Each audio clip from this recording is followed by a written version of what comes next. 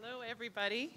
My name is Jennifer Story. I'm the school board trustee for Riverdale and for Toronto Danforth in general, which covers 32 schools east of the Don River. I'm so excited to be here today for International Women's Day and for the topic that you're going to delve into. And first, I want to thank Historica Canada for being an incredible partner with the Toronto District School Board and in general for the important role they play in helping our students in education, in telling important stories. And so I just want to take a brief minute and talk to you about storytelling, because to me, I have a question for everybody, actually. Let's start with that. Who makes history? It's going to be very hard for me to see, but I want an honest answer, no right answers. Honest answer from you. Who makes history? Any volunteers want to yell out something? People. Okay. What kind of people? Anyone who, well, that's brilliant, because I thought I'd get a different answer. I thought I'd get, important people or politicians or whatever. And that's exactly, people that invent things, et cetera. But anyone who wants to is exactly the point that I wanted to talk about. Who watched the Oscars this week? Anybody? Put up your hand if you watched some of the Oscars this week. And who was still up when they announced Best Director? Some of you? I don't know if you recall, but the introducer walked out and they said, I'm going to announce the 4 men and Greta Gerwig, the nominees for Best Director. And the point she was trying to make clearly was that stories are mostly told by men in the film industry. And who tells those stories? The people behind the camera, the people who write those stories. International Women's Day for me is also about empowering all of us to tell stories, to tell different stories, and to tell stories differently. And all of you are storytellers, and all of you are historians, every single one of you. And although as a parent and as somebody who leads in education, I often wonder about the impact that these devices, cell phones, are having on our relationships with people. There's one amazing thing about these, and that was also talked about on the night of the Oscars. You have the power to make a feature-length film with one of these things. You have the power to share important stories, to share poems, to share art, to share important things that you do in science and math and technology. You are the next generation of storytellers. And women tell stories differently and tell different stories. And people of color, racialized people, indigenous people, people with disabilities, students tell different stories and tell stories differently. So I hope you think about that throughout your day, rise to that challenge throughout your life, and I welcome you to be the brilliant storytellers that you are. Thanks, and have a great day.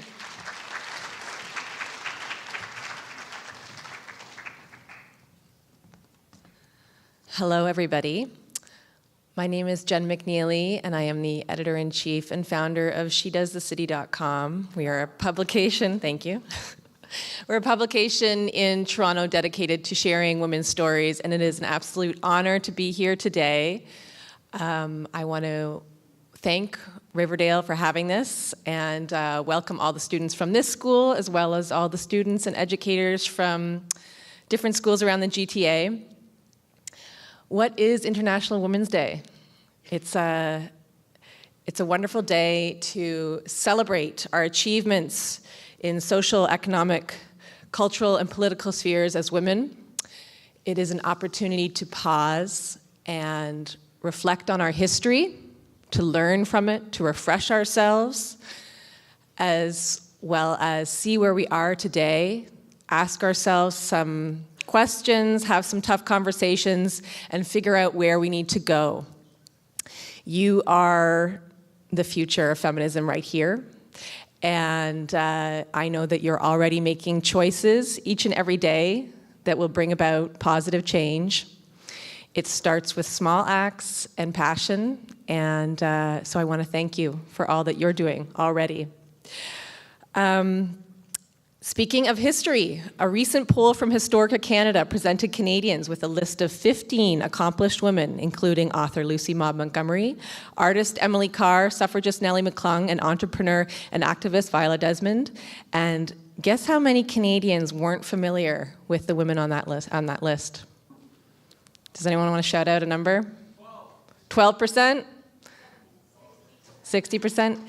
40% of Canadians weren't familiar. So we have our work cut out for us.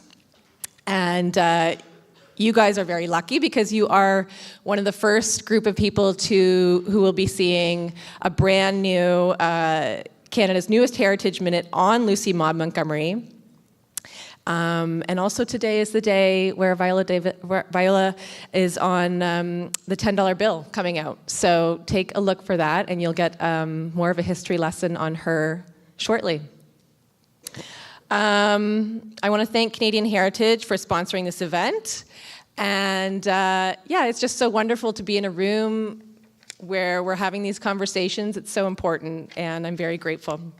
So to start things off, I'm going to welcome Brigitte Dezook, from the director, who's the Director of Programs and Development at Historica Canada, to show us this newest moment. So please welcome her. Hello, everyone. So I'm Brigitte Dezook. I'm the Director for Programs at Historica Canada. Historica Canada is an organization that offers programs so that you can explore, learn, and reflect on our history and what it means to be Canadian. We're also the producers of the Heritage Minutes. Just wondering how many people know what the Heritage Minutes are? Okay, so a little bit. So they're these 1-minute little vignettes that you would see on television at, all time, and it talks about a specific moment in history. So the latest Heritage Minute that we are coming out with is on Lucy Maud Montgomery. How many people know Lucy Maud Montgomery? Is it most? Not quite. So only 27% of people, Canadian, know who Lucy Maud Montgomery is. Now, what if I say Anne of Green Gables? How many people know what Anne of Green Gables is? Okay, so a lot more, Anne Shirley. So Lucy Maud Montgomery is the author of Anne of Green Gables. And today we felt that it was important because we need to talk about women, notable women in history. We thought it was important to do a minute on this wonderful woman, Lucy Maud Montgomery. This is the first public screening, so you're the first ones to see it. And we hope it will inspire you to learn about the accomplishments of many women who have played an important role in shaping our country. We will play the minute now. What do I like? I like open fires, moonlit nights, chatty letters, rainy days. I like daydreaming. I love this colorful little island of ruby, emerald, and sapphire. Yet often my dark moods come. I am possessed body and soul by this depression. They say women shouldn't write. Some days I almost give up. But I cannot contain my imagination. I made Anne real. I gave her my love of nature, my love of books, and my childhood dreams. My greatest happiness would be to climb the alpine path and write upon it a woman's humble name. Lucy Maud Montgomery battled depression, rejection, and sexism to become known around the world for Anne of Green Gables and 19 other novels. Thank you. So just wanted to keep in mind the struggles, the depression, but also that she didn't get published right away. I think those are very important parts to remember. And I also wanted to just say quickly, we have our president, CEO somewhere in Anthony Wilson-Smith sitting at the back, and he felt it was important that a woman would come and talk to you today. So he asked me to come up here. So thank you, Anthony, for being such a great supporter of women. Thank you very much, everyone.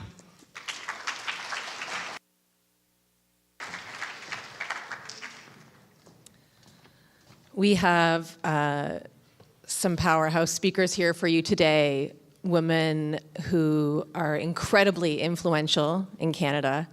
And I was lucky that I was able to talk with them a little bit before introducing them today. And it's funny because when I was learning about them, reading about their biographies, I was a little bit intimidated. Like, these are heavyweights, done a lot. But then you start having conversations, and big accomplishments start with curiosity. They start with passions. And so all of you have the potential to be the trailblazers of the future and the change makers. So with that, I will introduce our first speaker today, Andrea Houston. She is a journalist, a human rights activist, an academic, a passionate fundraising professional. And Andrea is responsible for developing the queer media course at Ryerson University's School of Journalism to give the next generation of young journalists the tools they need to cover the LGBTQ community with compassion and respect. She has recently been named the Role Model of the Year by the Canadian Centre for Gender and Sexual Diversity, and she's a 2-time Inspire Award nominee for LGBT Person of the Year. So please join me in giving a warm welcome to Andrea.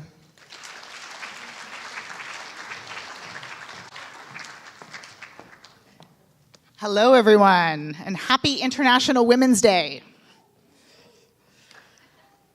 First of all, before I get started, who's heard of Jackie Shane? Anybody? Okay, well, this is all going to be new. That's wonderful. So I want to introduce you to the fabulous Jackie Shane. Jackie was a groundbreaking singer who was playing the Toronto clubs in the 1960s. This is Jackie performing. Jackie was charismatic. She was mesmerizing. She had an incredible stage presence that was unlike anything the audiences in 1960s Toronto had ever seen.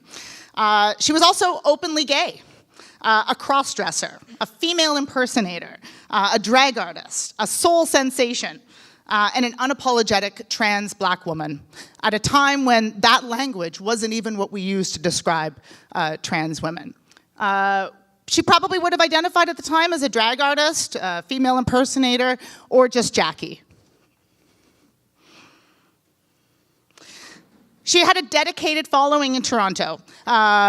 Very dedicated R&B, soul fans, the same people who would go to a Wilson Pickett concert, Little Richard, James Brown, and in fact, Jackie reminded a lot of people of Little Richard.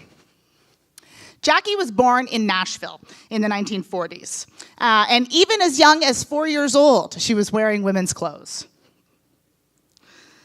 But at the time, Jackie was definitely an outlier. In her heyday, almost everything about her was illegal.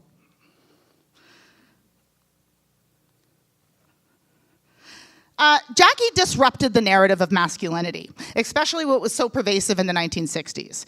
But the problem was Jackie never had any role models to look up to. There was nobody at the time that she could look up to and see herself on screen or on stage. This was pretty much the representation of LGBT, or rather white gay people that she would see in the media, predominantly muscle mags.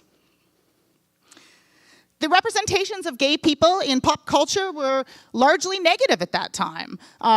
Gay people were portrayed as the villains, outliers of the community, so drug users and sex workers, people who we would today consider part of the larger LGBTQ community. And it's really important to remember that at that time, it was illegal to be gay in Canada. There was actually a law in the books. It was called a buggery law, which is large in a lot of parts of the world, almost 80 countries. That law still exists on the books. And it wasn't until Pierre Trudeau, Justice Minister at the time, said this famous quote, that there's no place for the state in the bedrooms of the nation.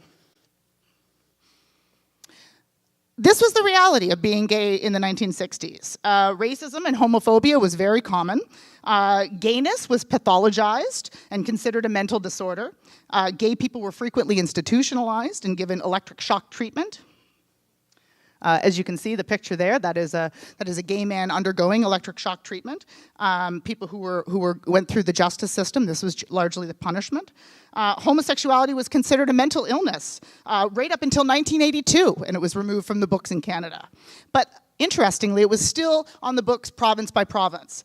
Alberta was actually the last to remove homosexuality in 2010, so not that long ago. This is Yonge Street in the 1960s. It was called the Yonge Street Strip, the Sin Strip, as it was called. And that's where many of the city's first gay bars, although they weren't advertised as gay bars, but gay people were allowed in. And this is where Jackie rose to fame. actually also had a really vibrant drag culture. There were clubs in Toronto that had famous drag shows, one of which was called the St. Charles Tavern, which was on Yonge Street. And if that picture up in the corner there, that's actually at a club on King Street. And it's tough to see in the picture, but the crowd behind that drag queen are actually throwing eggs at her, which is what crowds would gather in front of the clubs that had drag shows, and just to ridicule and taunt the drag queens. But as you can see, they come out swinging. So Jackie took a lot of risks in her life. She, just stepping outside every day as a woman she risked criminalization. Jackie embodied androgyny, which is something that we see in performers quite prevalent today. And this is her performing.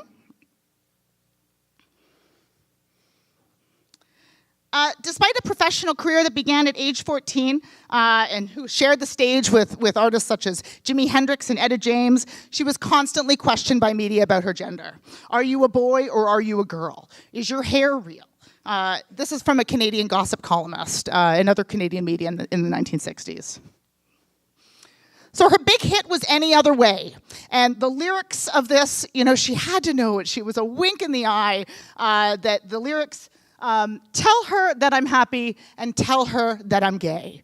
Obviously, back then, gay meant two things. It meant, for those in the know, it meant queerness. But for most people, it just meant happy. And I want to play just a clip from the only live recording of her performing.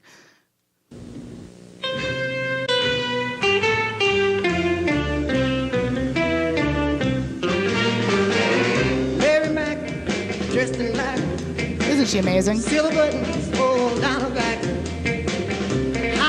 Interestingly, Jackie actually was asked to perform on the Ed Sullivan Show, who was, not unlike Dave Letterman,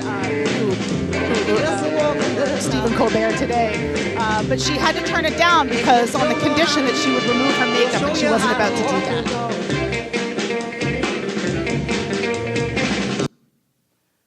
And so Jackie, all of this happened in the years before of a monumental occasion in gay history, the Stonewall riots in New York City in 1969.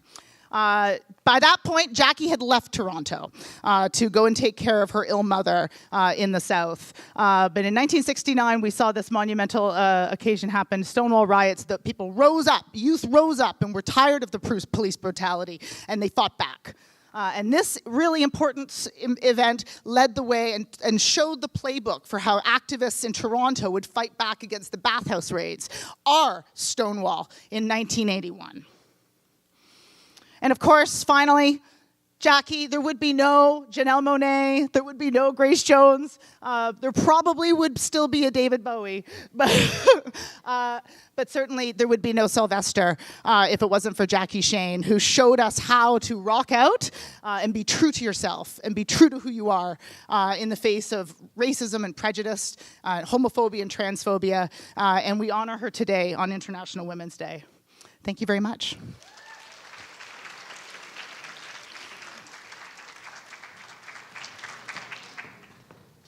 Thank you, Andrea. Now you all have something new to add to your playlist. Who celebrated or marked Black History Month in February? Everybody. Our next speaker is definitely partially to thank for the fact that we even have Black History Month. Rosemary Sadlier provided 22 years of public service heading the Ontario Black History Society, and she helped initiate the process with Jean Augustine that resulted in the National Declaration of February as Black History Month. Her books have spoken to the challenges and resilience of African Canadians, including Harriet Tubman, Marianne Shadd, and other lesser-known Black Canadian women. She has been honored by the City of Toronto, and she holds the Queen's Diamond Jubilee Award and the Order of Ontario. So please give a warm welcome to Rosemary.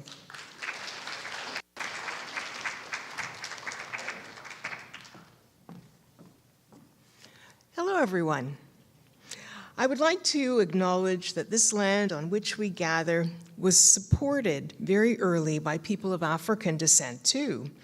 the first named African being Matthew da Costa by 1604, and of the ongoing and seminal contributions made by him and those that followed in Canada's development. We are grateful for those Africans who blazed trails that we continue to work socially, culturally, artistically, athletically, economically, militarily, educationally, and politically for the benefit of all Canadians. Just as the founding of Canada omits Black people, so does often the articulation of feminism omit Black women and the intersectionality of gender, class, race, among others.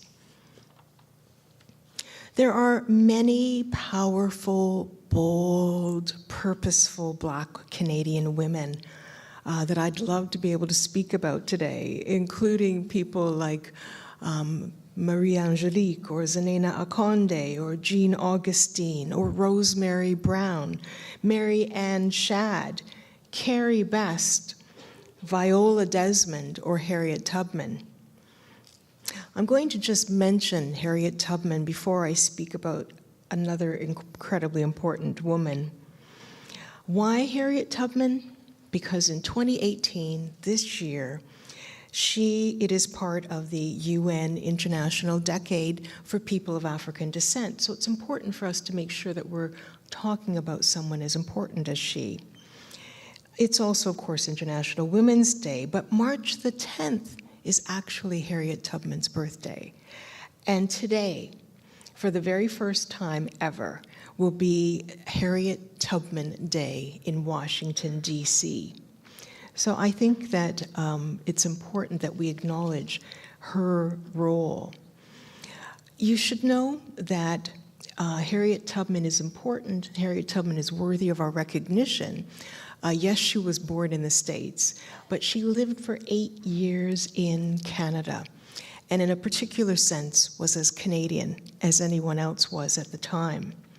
She was the youngest in her family. She was enslaved by the time she was about 4. She carried out a number of slave-type activities for which she was not paid and for which she was beaten frequently. But by the time she was in her teens, she ended up going, perhaps intervening in an escape, was hit in the head with a counterweight in a grocery store, and ended up with sleep attacks for the rest of her life.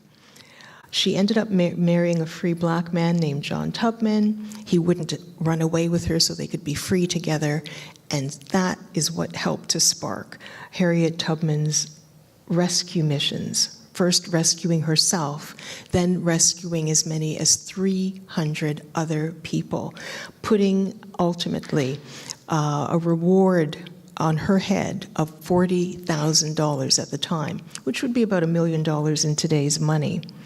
So Harriet Tubman started and ended 11 of the possible 19 rescue missions that she conducted from St. Catharines, Ontario. And her role with the Underground Railroad, the first freedom movement of the Americas, has made her iconic. The other person that I want to talk about, that I have to talk about, is Viola Desmond. I think it's very critical that we know why she's important. And you've heard that minutes from now, the Bank of Canada and the Finance Minister, Bill Morneau, will unveil the first Canadian banknote to feature a Black woman. This is so historic. When I found out about this in December, I was beyond being amazed. But she's also an iconic woman. And she is iconic because she was, in a way, not going out of her way. She wasn't seeking to make a difference, but ultimately did.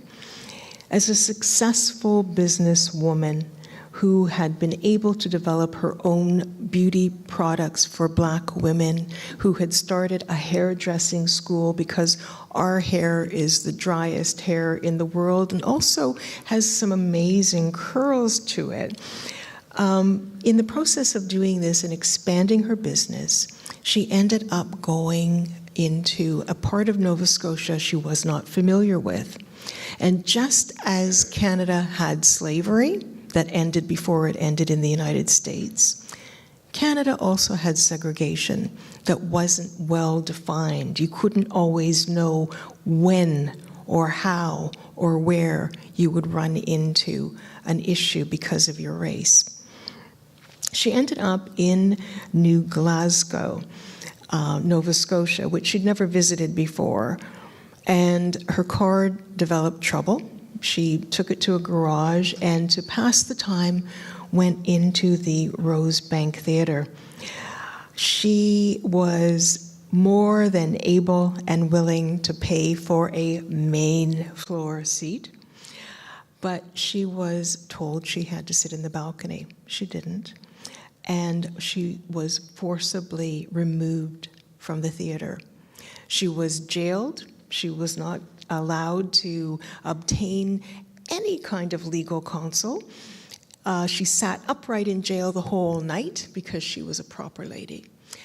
And in the morning, she was charged with defrauding the government of Nova Scotia the tax difference between a balcony and a main floor seat, which amounted to 1 cent.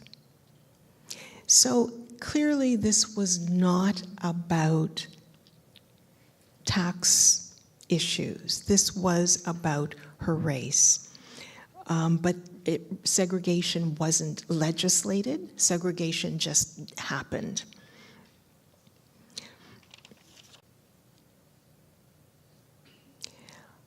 Segregation, like slavery, existed in Canada. It was applied or experienced in different ways in different cities or neighborhoods. Her case showed how the freedom of business owners did not have to acknowledge the right to freedom from discrimination based on race or color or creed of individuals.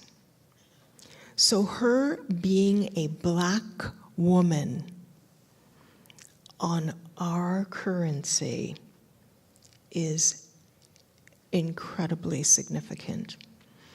Being the first Black and the first iconic woman to be on our currency helps to right this glaring wrong that Desmond experienced, and through her experience, it brought segregation in Nova Scotia and essentially throughout Canada to light. Now, just before we show the Heritage Minute on Viola Desmond, I think it's very important to note that she did what she did 9 years before Rosa Parks. But you will all know more about perhaps Rosa Parks than you did about Viola Desmond. Her action at defying the segregation practices in the theater helped to bring about attention and change to segregation. There's one other piece to this. Viola Desmond is the symbol of the end of a particular process, but that process had already begun by other trailblazers before her. Even 5 years earlier, Carrie Best had also attempted to bring about change at that same theater. It was timing, public attention, community support that helped to make a change. So my message to you today, be inspired by these women, but know that you too have the ability to bring about change. The video.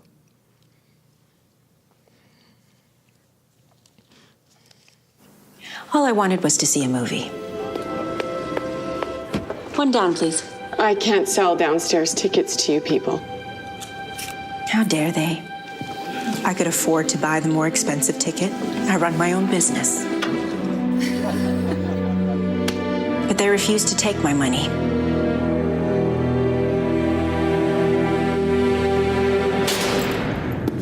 They left me there all night. On what charge? They said I didn't pay the theater tax. But it was really about color. Sister Desmond, appeal this conviction and your community will stand behind you. Do you have any idea what this will do to us? So what are you going to do? Make it right. Viola Desmond's case inspired Nova Scotia's civil rights movement. She was pardoned 63 years later based on the injustice of her conviction. You can all make it right. Thank you.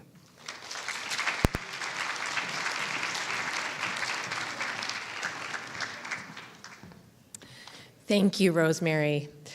Our next speaker is Kaitlin Wainwright, and when I was chatting with Kaitlin before the assembly, she was telling me that she got into history because she realized that vibrant storytelling was history. And sometimes I think we think of history as, textbooks and dates and names, and all that is important, but it is the beautiful storytelling is what really touches our heart, which is what we've seen in the Heritage Minutes, and I hope what you'll remember today from our speakers. So Kaitlin Wainwright is a public historian and storyteller. She's the Director of Programming at Heritage Toronto, where she's responsible for public education programs that share the rich urban heritage of North America's fourth largest city. And she's also published stories about Ontario's first female architect, as well as the Bomb Girls of Scarborough and everyone's favorite Heritage Minutes. So please give a warm welcome to Kaitlin.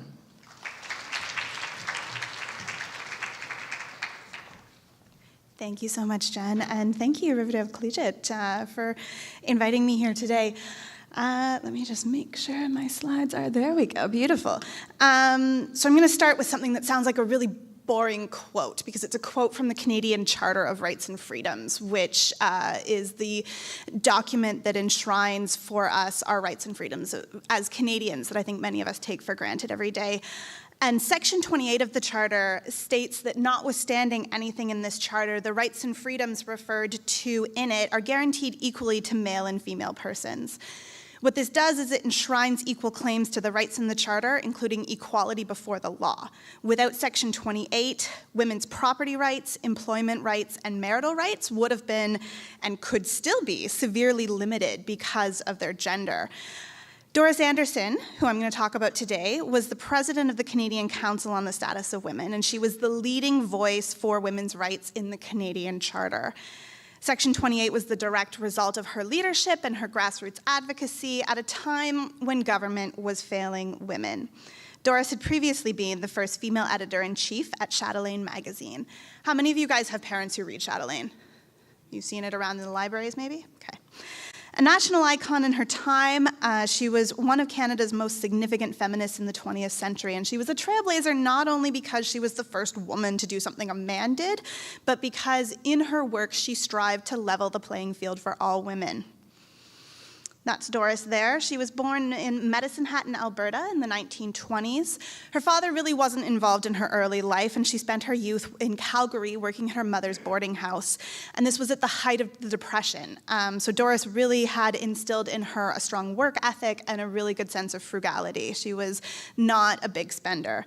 Her parents married when she was 8, but her father was dominant and held a really strong influence over her upbringing.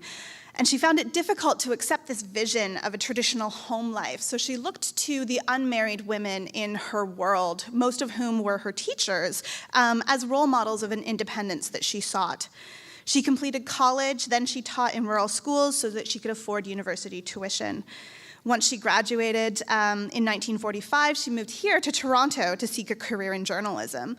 And although she succeeded in copywriting and writing for one of Canada's first female radio hosts, Claire Wallace, Doris found that the opportunities in journalism really were limited for women. So she moved to Europe, where she tried her hand at fiction and sold stories to Chatelaine, beginning her long association with the company. That's a cover story from 1971. The woman on the cover there is Margaret Trudeau, who is the mother of our current Prime Minister, Justin Trudeau. And when she returned to Canada in 1950, Doris worked in the promotions department at Chatelaine. This was a common avenue for women in journalism in Canada at the time, and still is today. Being faced with sexism in the newsroom and in editorial board meetings, many women turned to advertising, promotions, and copywriting. But Doris was unsatisfied there. Through her determination, she advanced to senior editorial positions, and in 1957, when the editor-in-chief resigned and Doris learned that the role was going to another man, she threatened to quit. She was begrudgingly given the role, but her title was managing editor. Her bosses didn't believe that she would stay in the job if she had children. On this matter of working while raising a family, she said, "What I want more than anything in the world is to be able to look after myself and make sure that every other woman in the world could do the same." At the time she became pregnant, the following year, the magazine's policy as a company was that female employees were to leave their jobs at the 5th month of pregnancy. Doris refused. She was stubborn, and McLean Hunter was forced to change that policy. She worked until her due date, then returned shortly thereafter, as there was no parental leave available. Doris tried to change the world through the pages of Chatelaine. When she started there, the ideal of the North American woman had been that you stayed home, raised your family, pleased your husband. But with Doris at the helm, Chatelaine began conversations with women in Canada in which no subject was off limits. Critical issues such as abortion, birth control, poverty, abuse, and divorce were explored. This was at a time when if you wanted to have a divorce in Canada and you were a woman, you had to go to the Senate for a petition. So they really were quite racy topics to explore. Her editorials called for electoral reform and fairer representation in government, including the engagement of women in politics. She practiced what she preached. Chatelaine profiled 50 Canadian women who the magazine believed would make excellent members of parliament and placed 12 of them on the cover. In an official report, she described the role of Chatelaine as a kind of trade magazine for Canadian homemakers. However, in a personal response to its dissatisfied reader, she identified the goal of the magazine as to point out the problems that should be brought to the attention of the public. Through her work, Chatelaine became the best-selling monthly in Canada. But while Anderson made the company quite rich, she was personally quite aware of the wage gap affecting women. She made less than half of her counterpart at a similar magazine called Maclean's. She was denied the most senior role with the magazine, that of publisher, and left in 1977. However, her political influence was only beginning. After a failed run at Parliament, she took a federal appointment as the chair of the Canadian Council on the Status of Women in 1979. She resigned 2 years later in protest of government interference of the Advisory Council and its advocacy for constitutional issues such as the equality of women. Her departure became the catalyst for the formation of the National Action Committee, a grassroots initiative that saw 1,200 women gather in Ottawa to successfully petition to guarantee women's equality through the Charter of Rights. Doris continued to use her words to advocate for equality for Canadian women in all aspects of life until her death in 2007. She never wavered from the causes she believed in. Her 10-year column with the Toronto Star ended in 1994 when she refused to cross the picket line of striking star workers. Doris empowered future generations of women in journalism to tell the stories that needed to be heard. And as much as she was often reviled by them, she's recognized by politicians for her contributions to gender equality and women's rights over a period that spanned more than a half century. Because of her contributions through Chatelaine and her work on the status of women, women in Canada have much greater freedom, greater rights, and greater independence. Thank you.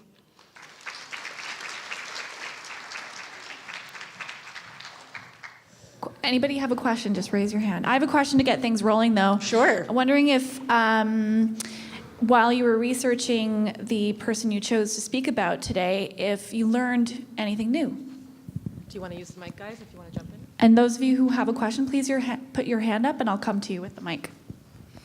I guess researching Jackie, I was actually pleasantly surprised at the audiences and that she drew, and the clients and the patrons that she drew were an incredibly mixed crowd.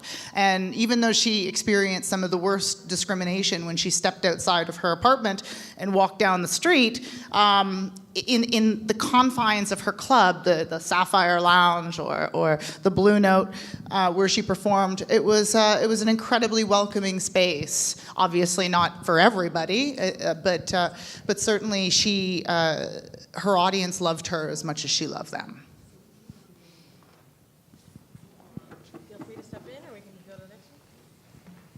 So I've spent the last sort of 2 years spending time researching Doris. There's a Heritage Toronto plaque that was unveiled last year, and she was featured prominently in an exhibit that we did.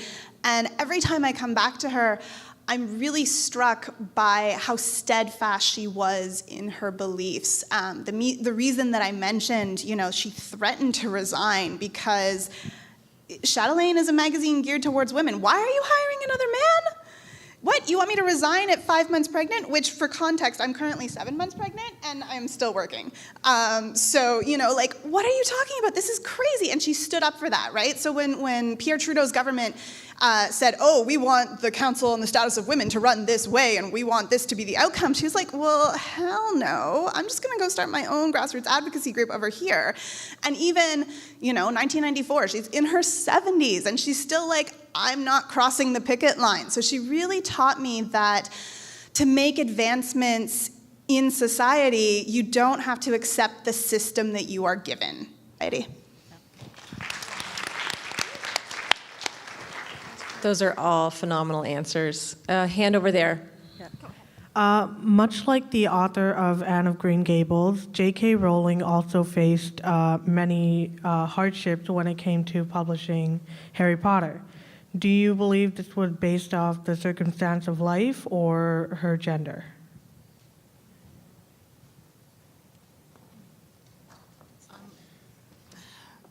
I guess just from what I know about J.K. Rowling, so much of it also had to do with class. Absolutely sexism, but classism. And she, was dismissed by major publishers, particularly because she didn't have that agency, that power and that agency that wealthy authors or male authors had at that time. And she, as the story goes, wrote the Harry Potter first draft on a napkin in a bar because she was waiting for her kids to get out of school because she didn't have a job at the time. So, when we talk about intersectionality, we the intersection of oppression also includes class. That's a great answer as well. Thank you. It's hard to see. Oh, we have one up there. I was just wondering what you guys studied in university, like what majors?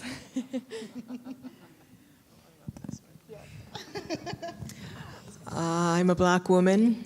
There were no Black history courses ever, so I, at university, took sociology and social work and did my own awareness raising and education about African Canadian history on my own, through my own reading.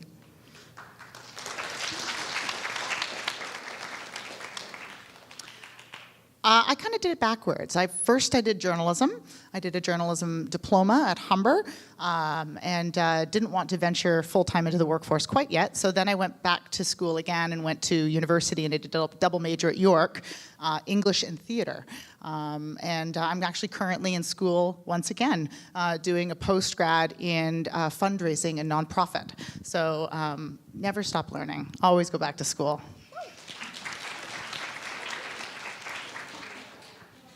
I thought I wanted to be a journalist, and then I spent a semester at Carleton and was like, whoa, this is scary. So I studied history and communication studies, and then I did a master's in public history, which is basically the field that studies how history is communicated to the public.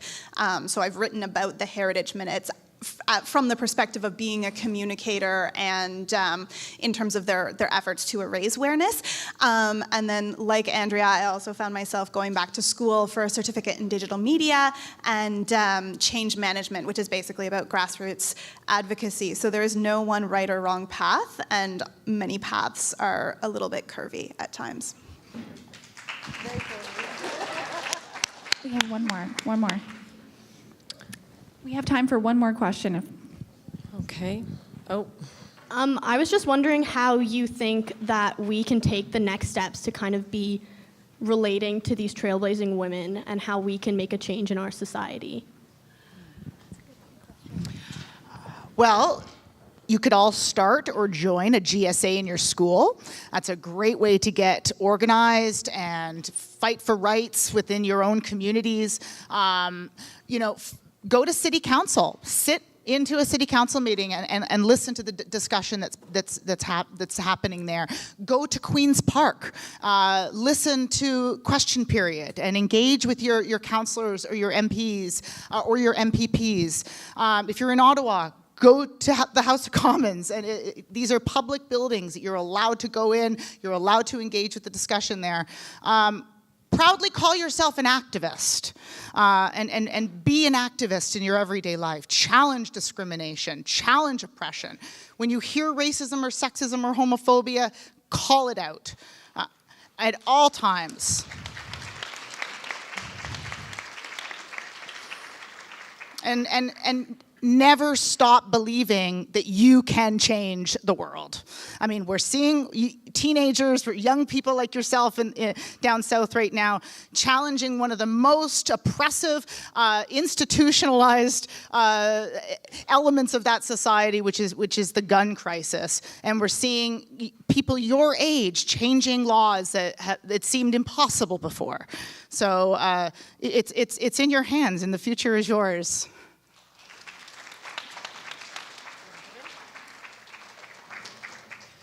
Go ahead.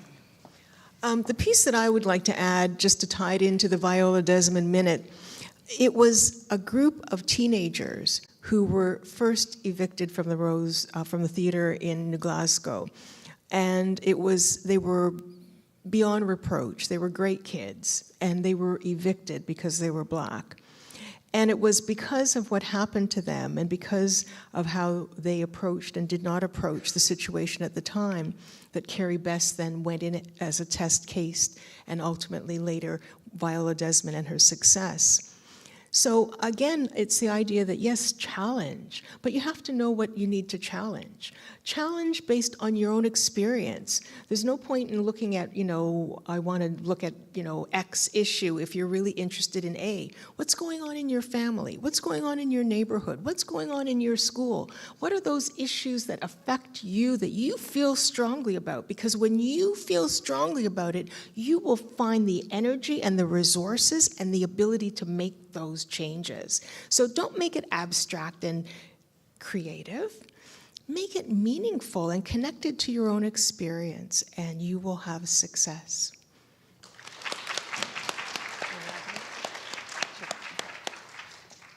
I like how the three of us are playing off of one another in this Q&A. What I would add to that or augment is, Andrea talked about going to Queen's Park, going to City Hall, engaging with the system writ large, and that's a really important element, but recognize as well that you guys have the opportunity to create new systems of power and new structures of power that are more equitable on the face of it than what we have today. And I'm really inspired by the next generation and what you guys are going to achieve. Thank you. And I would just say that, figure out what you enjoy doing, whether it's writing or technology or art, debating, and figure out how you can incorporate a message into that is important for you to share. And I've seen it already in your hallways, the art on your bulletin boards. It can start really small within your school and grow from there. Somebody was waving up there. Yep.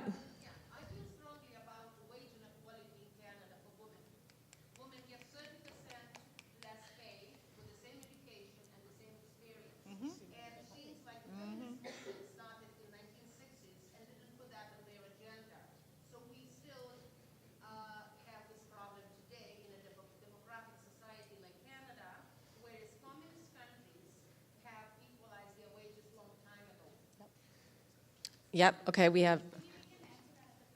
Okay, all right.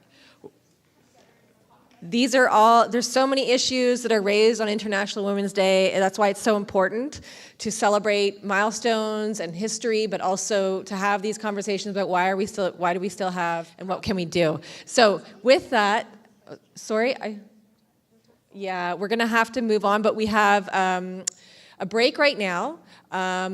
I think some of our speakers will be around if you want to chat with them.